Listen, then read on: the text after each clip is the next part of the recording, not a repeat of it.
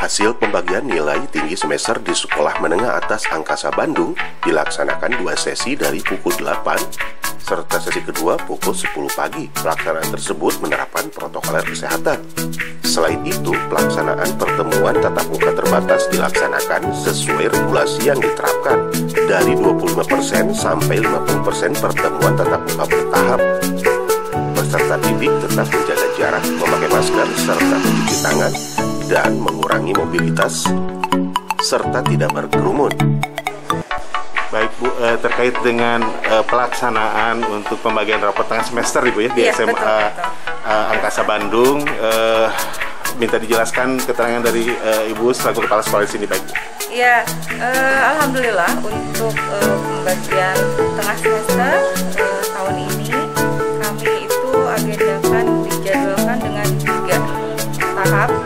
Jadi dibagi antara kelas 10, kelas 11 dan 12. Jadi perharinya setiap tingkat itu ada 2 sesi.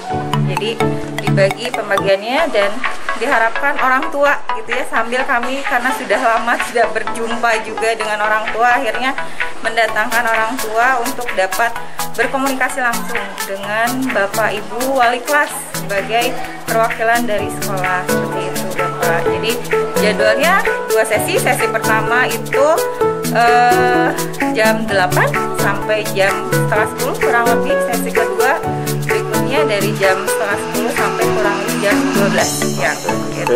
Selain daripada untuk untuk pelaksanaannya, alhamdulillah awal mungkin kita pelaksanaannya selama besaran jumlah siswanya itu sekitar 25%. Sudah mulai bertahap ke sekarang itu menjadi 50% dan kami setiap minggunya bergantian.